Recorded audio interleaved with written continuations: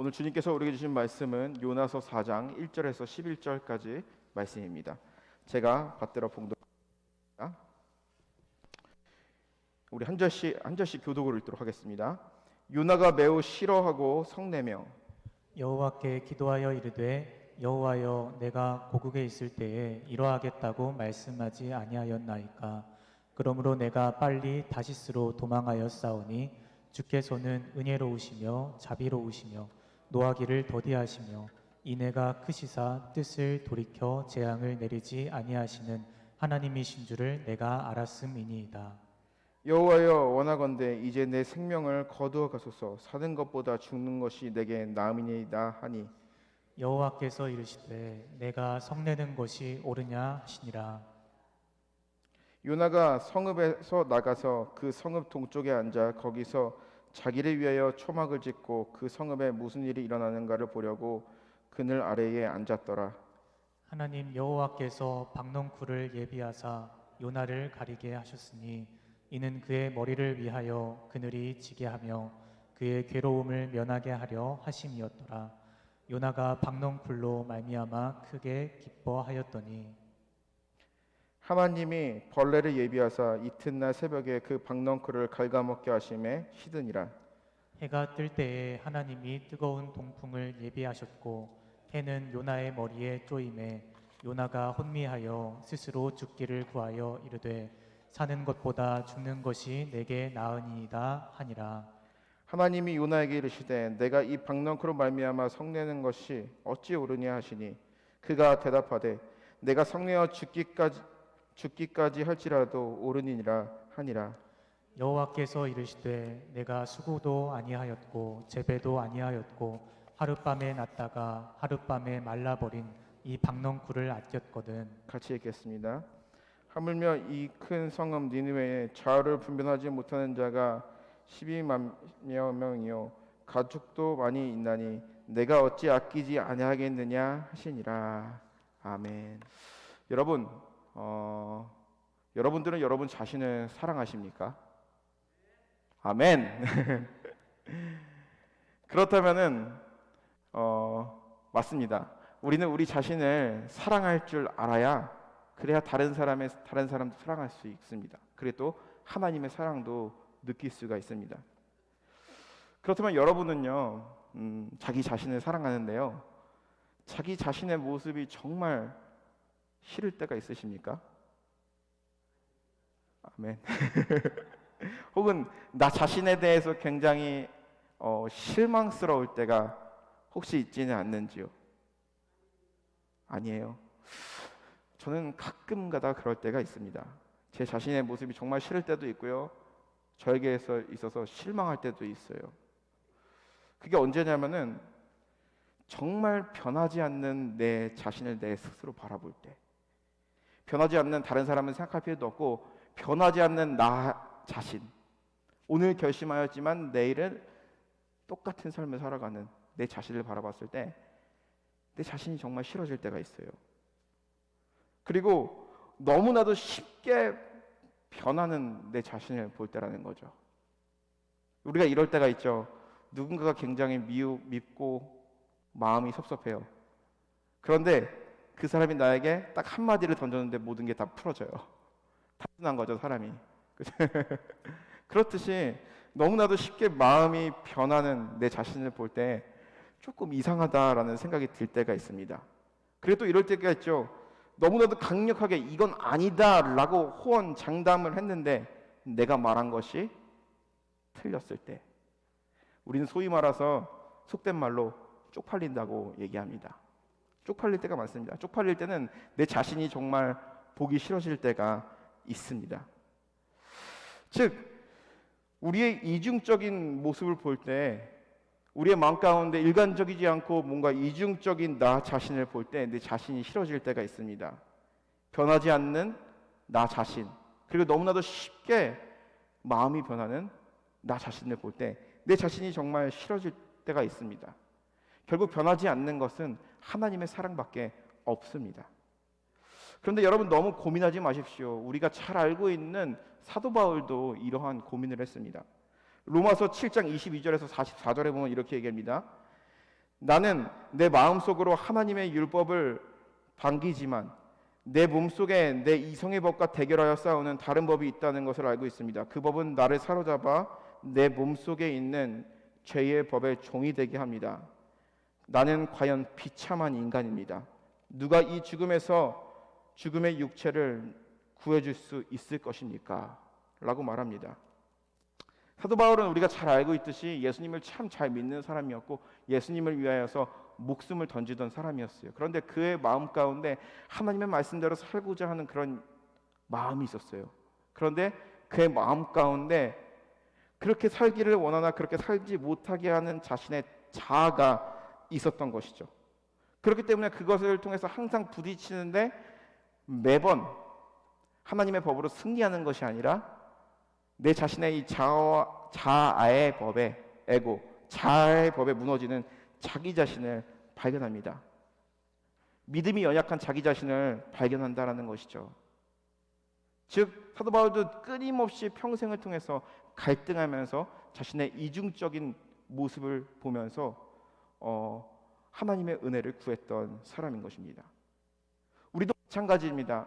우리가 하나님의 말씀대로 살아가고 싶고 그 주님의 기쁨이 되는 그런 인생을 살아가고 싶고 그리고 또 하나님께 영광을 돌리는 그런 삶을 살아가고 싶습니다. 하지만 그렇게 살아가고 싶지만 내 속에 있는 마치 천사와 악마가 있는 것처럼 악마와의 싸움에서 때로는 무너지고 질 때가 우리의 마음 가운데 있다라는 것이죠. 너무나도 쉽게 변하고 오늘 결단하였지만 내일 변하지 않는 그리고 너무나도 쉽게 변하는 우리 자신의 모습을 우리는 볼 때가 있습니다. 그런데 여러분 너무 실망하지 마십시오. 이거는 모든 인간이 가지고 있는 해결하지 못하는 것입니다. 예수 그리스도만이 해결할 수 있는 것이며 하나님을 믿을 때 하나님의 은혜만이 은혜가 우리를 사로잡았을 때에 해결할 수 있는 것입니다. 오늘 우리가 읽은 이 요나서의 말씀을 보게 되면 요나라는 이 선지자의 모습을 통해서도 이러한 모습이 적나라하게 드러납니다. 우리가 지난주에는 3장을 읽었고 이번 주에는 4장을 읽었습니다. 그런데 이 3장과 4장의 모습을 봤을 때 정말 가벼운 인간의 모습이 드러나게 되는 것이죠. 우리가 좀 더 앞으로 가서 2장의 말씀을 보게 되면 요나가 물고기 뱃속에서 하나님의 은혜를 경험합니다. 끊어지지 않는 하나님의 사랑을 경험하고 3장에 가게 돼서는 어떻게 합니까? 그가 그토록 가기 싫었던 이 니느웨에서 하나님의 사역에 동참하게 되어서 하나님이 니느웨 사람들에게 전하는 그 메시지를 전하게 됩니다. 하나님과 함께 뛰는 요나였습니다. 얼마나 열정적으로 그가 말씀을 전했느냐면 사흘 동안 이 성을 돌아야 다돌 수 있는데 하루 만에 왕부터 시작해서 모든 사람 그리고 또 가축까지 회개를 선포하며 금식을 선포하며 베옷을 입고 하나님께 돌아갔습니다. 그것이 바로 하나님과 함께 요나가 뛰었을 때의 모습입니다. 그리고 그것은 그 파급력은요 이 니느웨 땅을 온전히 변화시켰습니다. 그런데 4장의 말씀을 보게 되면은 4장에는 요나가 바이스탠더 방관자의 모습으로 변하게 됩니다. 즉 이 요나가요 4장부터는 하나님과 함께 뛰는 요나가 아니라 주저앉는 요나가 되어버렸다는 거죠. 그러면서 니느웨의 멸망을 바라보고 있는 그런 요나의 모습을 보게 됩니다. 너무나도 쉽게 변했죠.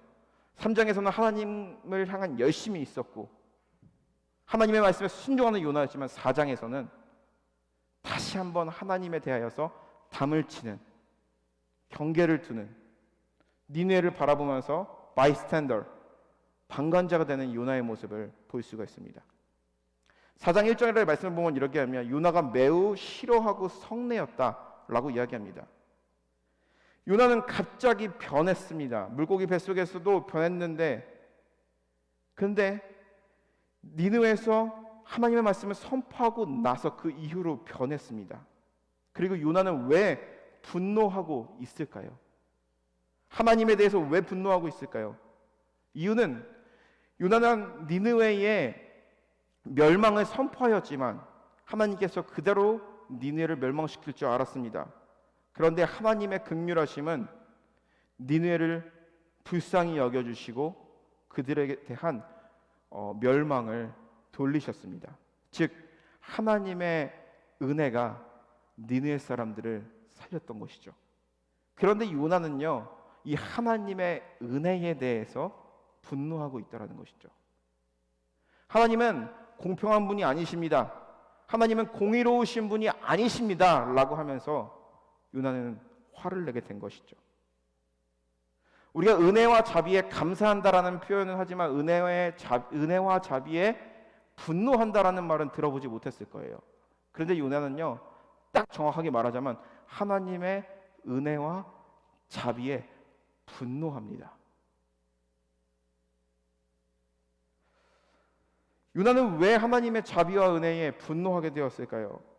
한 악한 사람이 한 명 있었습니다. 그 사람은 아주 돈이 많은 사람이었습니다. 돈을 벌기 위해서는, 남의 것을 빼앗기 위해서는 수단과 방법을 가리지 않고 법을 이용해서 남의 것을 착취하는 그런 나쁜 사람이었습니다. 그로 인하여서 많은 사람들이 손해를 봤어요.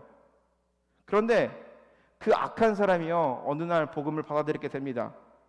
그러면서 자신이 지금까지 사람들에게 지었던 죄를 깨닫게 되며 하나님께 진정으로 회개하게 됩니다.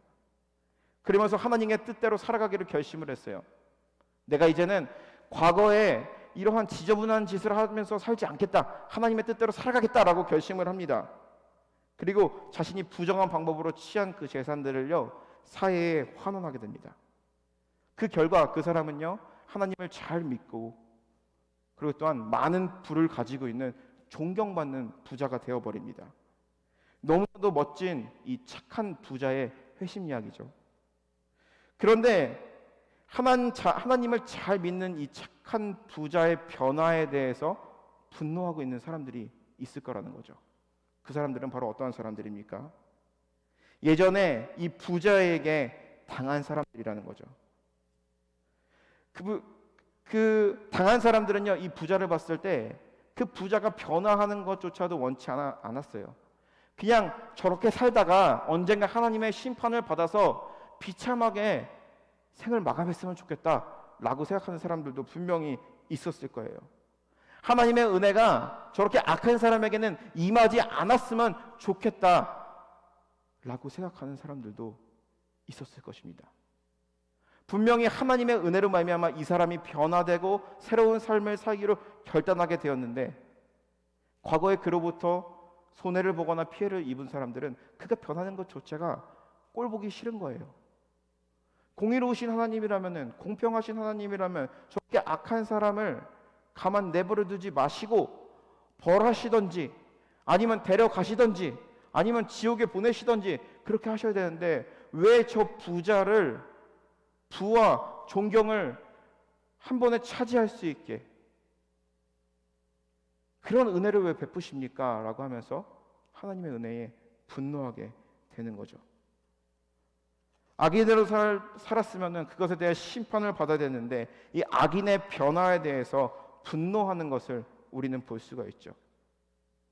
자비로우신 하나님, 은혜가 넘치는 하나님, 누군가의 변화는요, 누군가의 하나님으로 인한, 하나님을 향한 회심은요, 축복받아야 할 일이고 감사해야 될 일입니다. 그런데 오늘 본문에 보게 되면은 요나는요, 그것이 정말 싫었어요. 그것이 정말 괴로웠고, 그것이 정말 싫었고, 하나님이 공의롭지 못하고 정의롭지 못하였기 때문에 다시 한번 하나님에 대하여서 담을 치고 하나님과 점점 멀어지는 요나의 모습을 발견하게 됩니다. 4장 2절에서 3절 말씀 보면 이렇게 얘기합니다. 여호와께 기도하여 이르되, 여호와여, 내가 고국에 있을 때 이러하겠다고 말씀하지 아니하였나이까. 그러므로 내가 빨리 다시스로 도망하였사오니 주께서는 은혜로우시며 자비로우시며 노하기를 더디하시며 인애가 크시사 뜻을 돌이켜 재앙을 내리지 아니하시는 하나님인 것을 내가 알았나이다. 여호와여, 원하건대 이제 내 생명을 거두어 가소서. 이제 사는 것보다 죽는 것이 낫겠습니다. 요나는요, 정말 싫은 것이 그냥 하나님이 정말 불공평하다라고 마음으로 생각하는 것이 아니라 정말 진심으로 싫었던 거예요. 하나님, 내가 저 꼴은 보고서는 못 삽니다. 하나님 차라리 그냥 저를 데려가 주세요. 저 꼴을 보고 저 악인은 벌 받아야 되는데 벌 받아야 될 사람이 회개하고 하나님께로 돌아가는 그 모습 절대 저는 눈을 뜨고 볼 수 없어요. 하나님, 저를 차라리 데려가 주세요라고 하는 것입니다. 공정하지 못한 하나님의 사랑, 내 마음대로 되지 않는 세상, 남들과 비교하면은 더 속상한 나의 삶을 우리가 바라봤을 때 마치 요나와 같은 마음이 들 때가 있다라는 것입니다. 어떤 사람을 전도했어요. 그런데 그 전도한 사람이요, 예수님을 인격적으로 강하게 만나게 됩니다. 최선을 다해서 신앙생활을 하며 그 사람도 열심히 전도를 해요. 근데 어느 순간 그 사람이 전도한 사람들보다도 먼저 장로님이 됐어요. 그 전도한 사람은 내가 전도한 사람이 장로님이 됐다라고 기뻐해야 되는데 그거에 대해서 배가 아픈 거예요. 그런 모습을 볼 때가 있죠. 하나님의 은혜와 하나님의 섭리에 대해서 궁금증을 품고 의문을 품게 되는 것입니다. 이것이 바로 하나님과의 단절의 관계, 하나님과의 다시 한번 멀어지는 기회가 되었다라는 것입니다. 그런데 이것은 요나의 이야기만은 아닙니다. 너무나도 쉽게 변하는 요나지만 우리의 삶을 되돌아봤을 때 너무나도 쉽게 변하는 우리의 자신, 그리고 또한 너무나도 쉽게 변하지 않는 우리의 자신의 모습을 통해서 우리는 요나와 같은, 누군가 하나님의 은혜를 입으면은 그것을 인하여서 축하해주고 감사하며 그를 격려해주고 해야 되는데 그것으로 인하여서 배아파하며 분노하는 우리의 자신을 볼 때가 있다라는 것이죠. 그리고 그러한 마음을 품을 때 우리에게 주어지는 것은 바로 무엇입니까? 하나님과 우리 사이에 커다란 장벽이라는 것이죠. 요나가 하나님을 향하여서 화를 내며 죽어도 웃습니다. 하나님 잘못됐습니다. 라고 말하듯이 하나님과 점점 멀어지려고 하는 우리의 모습을 볼 수 있다는 것이죠. 그렇다면 하나님과의 이 벽이 생기는 그 원인은 바로 무엇일까요? 하나님과 점점 멀어지게 되는 인간, 요나가 하나님과 점점 멀어지게 된 궁극적인 원인은 바로 무엇일까요? 첫 번째로 말하고 싶은 것은 질투입니다. 요나는 자신이 싫어하는 원수, 이 니느라는 도시가 망하기를 원했습니다. 그리고 반드시 심판을 받아야 된다고 생각했습니다. 그런데 이런 이기적인 편견은요, 그들이 회개하는 것조차도 원치 않았습니다. 이것은 민족적인 이기심이기도 하지만 그들에 대한 질투이기도 합니다. 우리 이스라엘 사람들은 하나님을 잘 섬기고 평생을 하나님을 예배하는 민족이었는데 이렇게 어려움과 고난을 당하고 있는데 항상 우리 민족을 괴롭히며 우리의 것을 빼앗아가는 저 민족들이 하나님의 은혜를 입는다는 것, 너무나도 배아픈 일이었던 것이죠. 그들이 하나님의 은혜를 입는 것에 대해서 질투했던 것입니다. 마찬가지로 우리의 마음속에 타인을 향한, 다른 사람을 향한 질투가 자리 잡고 있다면 그것이 민족적이라든지 아니면 개인적이라든지 그 질투는요, 하나님과의 관계를 단절시켜 버립니다. 우리가 이런 일을 경험할 때가 있죠. 주위에 보게 되면 나보다 경제적으로 어려운 사람들이 있어요. 그렇죠? 그런데 그 어려운 사람을 도와줍니다. 그런데 이 어려운 사람이 열심히 노력해서 나보다 더 나은 삶을 살아갑니다. 그러면은 더 기뻐해야 되는데 그의 삶에 대해서 질투를 느끼는 것이죠. 무엇인가 조금이라도 섭섭한 게 있으면은 저거 어려웠을 때 정말 내가 도와줬던 거 기억 못하네 하면서 그의 성공과 그의 잘됨에 대해서 축하보다는 비난과 질투를 느끼게 된다는 것이죠. 그것이 바로 하나님과의 관계를 멀어지게 하는 것입니다.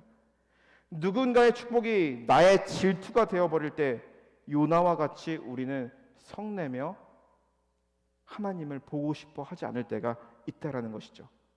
이 질투라는 것, 타인의 축복을 향한 그 질투는요, 하나님과의 단절의 관계를 만들어 버립니다.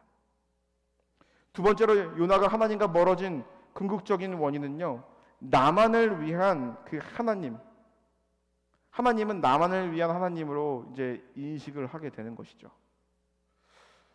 설교를 준비하면서 이런 생각을 했습니다. 이것을 어떻게 설명할까라고 했는데, 예전에 이제 뭐 학교 다닐 때, 초등학교 때 친구들이랑 막 싸움을 하잖아요. 그렇죠? 남자들끼리는 치고받고 싸우잖아요. 그런데 이 싸우기 전에 항상 저는 기도를 했어요. 뭐라고 기도했느냐? 하나님, 이기해 주세요. 그럼 반드시 이겼어요. 그런데 지금 와서 생각하면 너무나도 웃긴 거죠. 그리고 하나님이 과연 그 기도를 들으신 걸까? 그것도 아직 의문입니다. 즉 이스라엘 사람 이 요나의 생각도 마찬가지죠. 요나가 생각하는 하나님은요, 니느웨를 반드시 이 소돔과 고모라처럼 멸망시키는 그런 하나님이었습니다. 그런데 이것은요, 요나의 믿음이었지 하나님의 생각은 아니었다라는 것이죠. 즉 하나님의 존재가 나의 중심으로 생각을 하는 것이죠. 자기의 편한 대로 그 하나님을 생각하는 것이죠. 자기의 마음 가운데 자기의 욕심과 열망과 자기의 뜻을 다 넣어놓고서 그 뜻에 하나님의 뜻을 맞추는 것.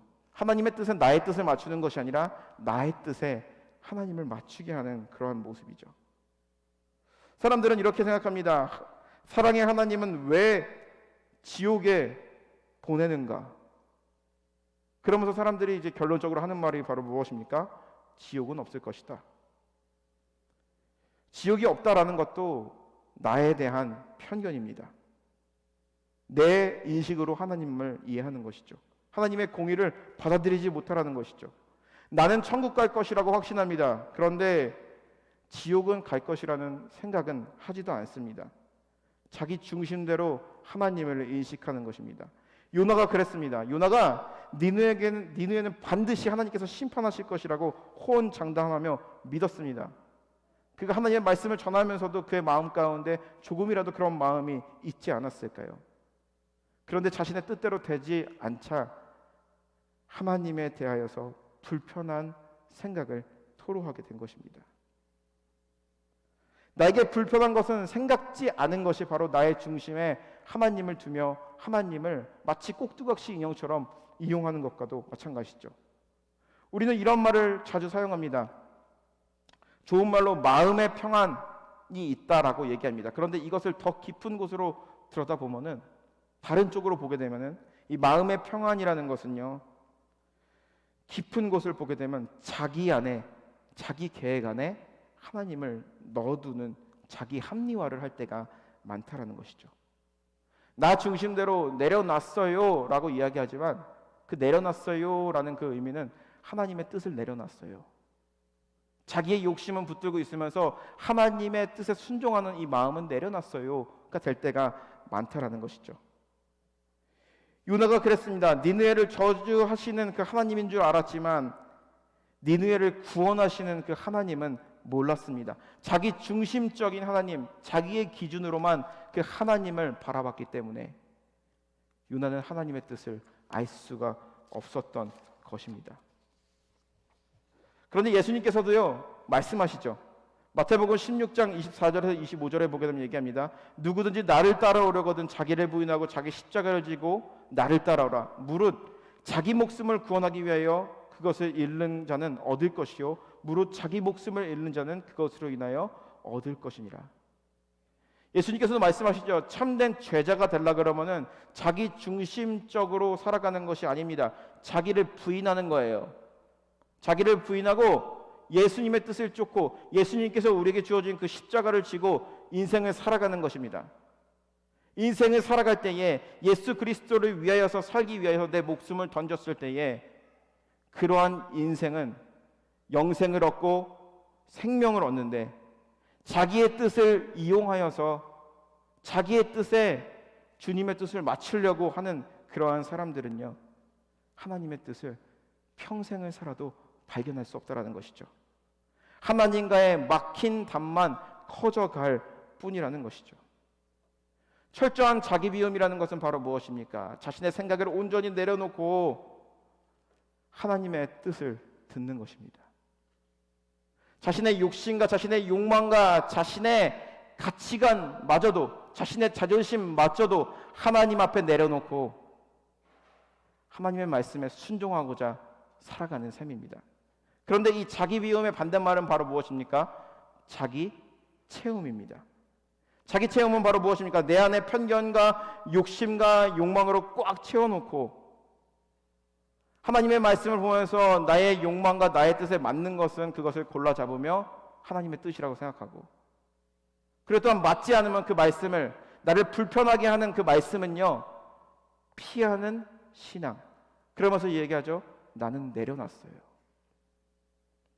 이것은 끊임없이 하나님과의 관계가 좋은 것처럼 이야기하지만 막힌 담을 쌓는 우리의 신앙의 모습이라는 것입니다. 자기중심적인 신앙, 하나님과 멀어지게 합니다. 세 번째로 요나에게 이 막힌 담이 있었던, 하나님을 향하여서 거리가 멀어지는 이 막힌 담이 있었던 세 번째 원인은요, 그는 피곤하고 낙심한 상태였습니다. 우리가 4절 이하로 보게 되면요, 요나가 육체적으로 지쳐 있습니다. 지쳤겠죠. 물고기 뱃속에서 나와서 바로 니네를 돌면서 하나님의 말씀을 선포했고 신을 쉬었다라는 그런 내용이 없지 않습니까? 지쳐 있었어요. 피곤합니다. 그런데 우리 육체의 건강이 우리 영적인 건강에도 큰 영향을 미치는 것을 알 수가 있습니다. 모든 종교가 추구하는 가치가 있다면은 그것은 바로 영적인 것일 겁니다. 그러다 보니 모든 종교에서 말하는 것이 있어요. 영적인 것은 깨끗한 것이며 육적인 것은 더러운 것이다. 영과 육을 분리하게 되는 것이죠.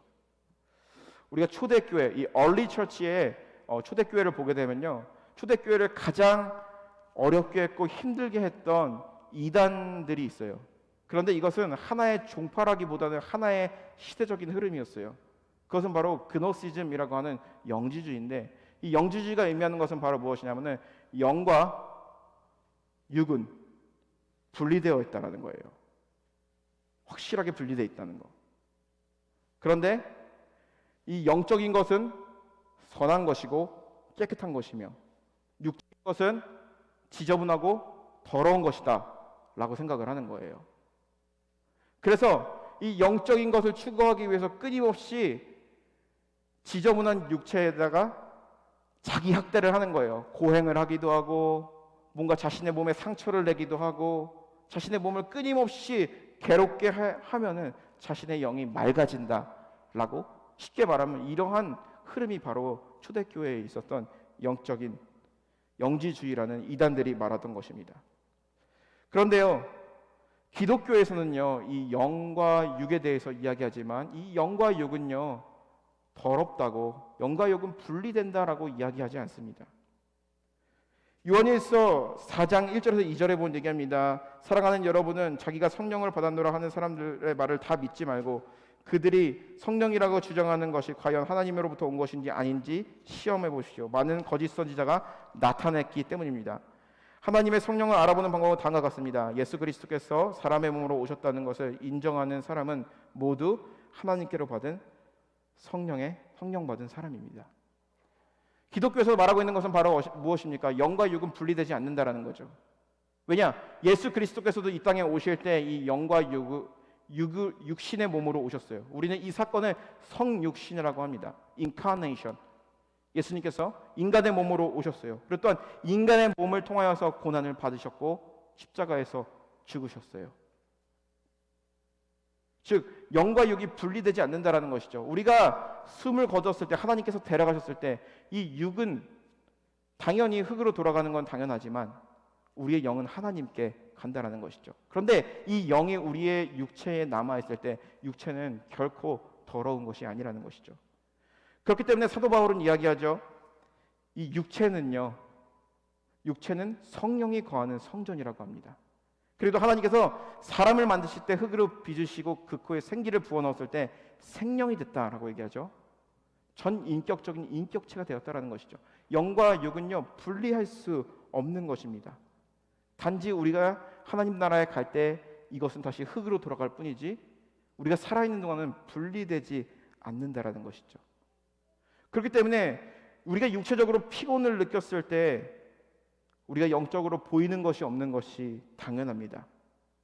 우리가 육적으로 깊은 아픔이 있을 때 그것이 영적으로 영향을 미치는 것도 마찬가지입니다. 요나는 피곤했어요. 지쳐 있었어요.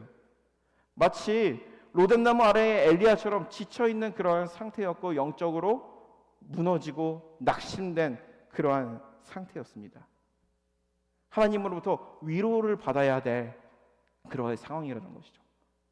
이것을 우리의 삶 가운데, 우리의 신앙생활 가운데 돌아다 보면은 우리가 같이 교회를 섬기면서 하나님의 교회를 세워갑니다. 그런데 우리가 교회 일만 하는 것이 아니라 우리의 삶 가운데도 여러 가지 일을 하며 살아갑니다. 그런데 우리가 교회 일을 하다가 보면은 일주일 동안 살아가면서 열심히 땀 흘리고 일을 하다 보니 피곤한 지체들이 있을 거예요. 그런데 그런 피곤한 지체들을 향하여서 우리는 하나님의 교회 일을 더 열심히 해야지 하면서 이렇게 푸시하면 안 됩니다. 왜냐? 자신의 육신이 지쳐 있는데 그것을 더욱더 푸시하게 된다 그러면은 그 사람이 영적으로 더욱더 힘들어지기 마련이라는 것이죠. 오히려 만약에 교회에 나왔습니다. 그런데 한 지체가 한 주 동안 살아가면서 너무 피곤함과 몸에 대한 아픔이 있어요.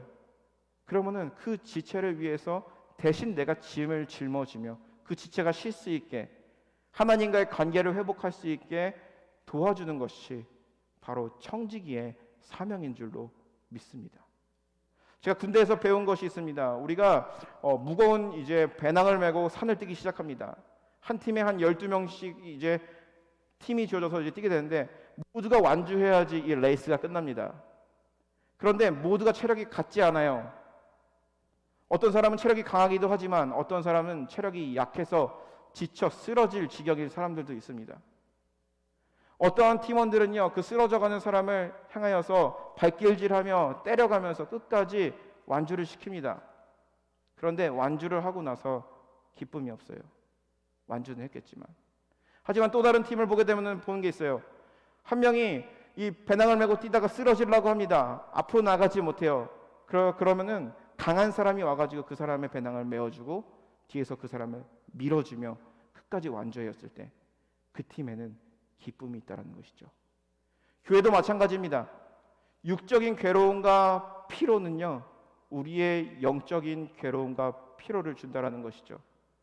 그러면은 우리의 신앙생활 가운데, 우리의 교회의 지체 가운데 그러한 것을 느끼는 자들이 있다면, 저 사람 신앙생활 열심히 하네, 저 사람 최선을 다해서 하나님을 섬기지 않아, 그렇게 비난하는 것이 아니라 그 사람의 짐을 내가 대신 짊어졌을 때 하나님께서 기뻐하시며 그 교회는 더욱더 든든히 서가게 된다는 것이죠. 요나는요, 이렇게 육적으로 지쳐 있었어요. 퍼져 있는 그런 상태였어요. 영적인 피곤함으로 인하여서 무너지고 있는 그런 상황 가운데 하나님께서는요, 요나를 그냥 냅두지 않습니다. 요나는 방관자가 되어버려요. 그런데 하나님께서는 요나를 향해서 방관자가 되지 않습니다. 우리가 오늘 본문 말씀을 보게 되면은 지쳐있는 요나에게 하나님께서 박넝쿨을 예비해 주십니다. 그러면서 그늘을 만들어 주세요. 마치 로뎀나무의 엘리야가 쉴 수 있게 해주셨던 것처럼 요나가 쉴 수 있게 이 박넝쿨을 예비해 주십니다. 그리고 6절 말씀을 보게 되면은 이 요나가 이 박넝쿨로 말미암아 크게 기뻐했다라고 얘기합니다. 그런데 7절 말씀에 보게 되면 또 다른 것이 하나가 등장합니다. 벌레를 통하여서 이 하루아침에 이 박넝쿨을요 다 갉아먹게 하고요. 그리고 또한 바람이 불어서 그 그늘을 확 없애버립니다. 그러한 순간에 요나는 고백하는 것이죠. 하나님, 내가 죽는 것이 낫습니다. 나를 죽여주시옵소서. 너무 태양이 뜨거워가지고 이제는 내가 죽어야 될 것 같습니다. 저 니네 사람들이 잘 되는 것도 꼴보기 싫고 지금 내 육체적인 상황이 하나님께 예배할 수 없는 그런 상황입니다. 나를 그냥 차라리 죽여주세요 라고 하는 요나였습니다. 근데 이 박넝쿨을 통하여서 주는 주님의 중요한 메시지가 있다라는 것이죠. 우리는 인생에서 하나님께 잘못하면 매를 맞는다라는 표현을 자주 사용합니다. 하나님께 심판을 받, 내가 뭘 잘못했기 때문에 하나님께 심판을 받았다, 고난을 받을 때 그렇게 표현을 합니다. 그리고 또 어떨 때는요, 나의 인생이 잘 풀리면요 하나님께 큰 축복을 받았다 하면서 기뻐합니다. 그리고 또 어떨 때는요, 하나님께 잘하지도 않는데, 하나님을 잘 섬기지도 않았는데 잘 되는 인생을 바라보며 요나처럼 분노하기도 합니다. 그런데 이 박넝쿨이라는 것을 통해서 하나님께서 요나에게 주는 것은 바로 무엇이냐면은, 박넝쿨을 통해서 그가 기뻐하고 즐거워했습니다. 그런데 박넝쿨을 하루아침에 거두어 가시면서 요나는 다시 한번 하나님께 분노하게 됩니다. 이것을 통해서 말하고 있는 것은 바로 무엇이냐? 하나님께서는 우리에게 마치 인생의 축복과 같이 이 박넝쿨의 그늘에 앉아있는 요나처럼 우리에게 축복을 주실 때가 있어요. 그런데 우리가 축복에 젖어 살고, 그리고 어떤 축복의 부요한 삶, 풍요로운 삶을 살다 보면 하나님을 놓치기 십상입니다. 그래서 하나님께서는 때에 하나님을 잊어버리는 그 시기에 그 박넝쿨을 거두어 가듯이 우리의 모든 것을 걷어갈 때도 있습니다. 너무나도 잔인한 이야기입니다. 하지만 하나님께서 이 모든 순간 인생의 축복과 고난을 통해서 주고자 하는 가장 큰 은혜는 바로 무엇입니까? 그것은 바로 하나님을 아는 은혜라는 것이죠. 하나님께서는 요나에게 이렇게 얘기합니다. 박넝쿨로 인하여서 죽여달라는 요나에게 이렇게 얘기하죠. 내가 박넝쿨을 심지도 않았고 그리고 가꾸지도 않았는데 이 박넝쿨을 그렇게 아꼈지. 그런데 저 니느의 성에 가게 되면은 하나님을 알지 못하는 사람이 너무너무 많은데 내가 너를 아끼듯이 그들도 아끼지 않겠느냐 라면서 이 요나서의 말씀이 끝나게 되는 것을 알 수가 있습니다. 박넝쿨이라는 걸 통해서 하나님의 은혜를 이야기하는 것이죠. 하나님의 은혜는 바로 무엇입니까? 하나님을 알 수 있는, 하나님의 마음을 알 수 있는 마음입니다. 그리고 또한 하나님의 은혜는요, 우리가 노력해서 주어지는 것이 아니라 우리에게 거저 주어지는 것이죠. 그런데 사람들이 거저 주어지는 그 은혜를 나의 노력의 대가라고 생각을 했을 때 하나님과의 관계가 단절됐던 이 요나에게 너는 이 모든 것, 너의 삶을 너가 심지도 않고 거두지도 않았고 내가 거뒀고, 그리고 또한 이스라엘 민족뿐만 아니라 니느의 민족들도 나의 자녀라는 것을 이 요나에게 일깨워 준다는 것이죠. 하루아침에 이 박넝쿨이 사라지는 떼양볕쳐서 요나가 경험하게 된 것입니다. 인생의 축복과 고난 가운데 하나님의 진정한 섭리, 하나님의 사랑을 깨닫게 되는 요나였던 것이죠. 이 요나서의 초점은요, 이방인 선교의 초점이 주어지는 것이 아닙니다. 요나서의 초점은 바로 무엇이냐? 당시의 이스라엘 백성들을 향하여서 선포된 말씀이라는 것이죠. 즉, 이 요나라는 사람은 이스라엘 사람을 대표해서 얘기하는 거예요. 자신의 철저한 자기중심적인 그 하나님을 믿는 이스라엘 민족, 그리고 또한 남이 잘 되는 것을 보지 못하는 질투에 빠진 이스라엘 민족, 또 여러 가지로 인해서 지쳐있는 이스라엘 민족들이 이 요나서의 말씀을 통하여서 이스라엘 민족뿐만 아니라 모든 이들에게 은혜를 베푸시며, 그리고 또한 모든 민족들보다도 하나님을 예배하는 이스라엘 민족들이 변하기 원하는 하나님의 애절한 선포가 이 요나서의 메시지를 통해서 전해지고 있다는 것이죠. 사랑하는 성도 여러분, 우리가 4주 동안 요나서의 말씀을 읽었습니다. 하나님의 말씀이 불편하게 다가올 때라는 그 시리즈를 가지고 설교를 했어요. 요나에게 하나님의 말씀이 불편하게 다가왔고 끝끝내 그는 순종하지 않으려고 했지만 하나님은 요나를 포기하지 아니하시고 때로는 그에게 은혜를 베푸시기도 하지만 때로는 그를 어려운 곳에 던져놓기도 하고 때로는 그를 축복하시기도 하지만 모든 것을 거두어 가시는 이 모든 것을 통해서 요나 한 사람이 하나님의 사람으로서 온전히 쓰임받기를 원하는 그 마음이 오늘 이 말씀을 보며 묵상하는 우리의 마음 가운데도 있다라는 것이죠. 주마등과 같은 우리의 인생을 한번 되돌아봅시다. 인생의 가장 화려하고 잘 나갔던 순간 한 번쯤은 있었을 것입니다. 그런데 인생에 정말 괴롭고 슬픈 순간도 있을 것입니다. 아니면 지금이 정말 괴롭고 슬픈 순간일 수도 있어요. 아니면 지금이 가장 행복한 시기일 수도 있어요.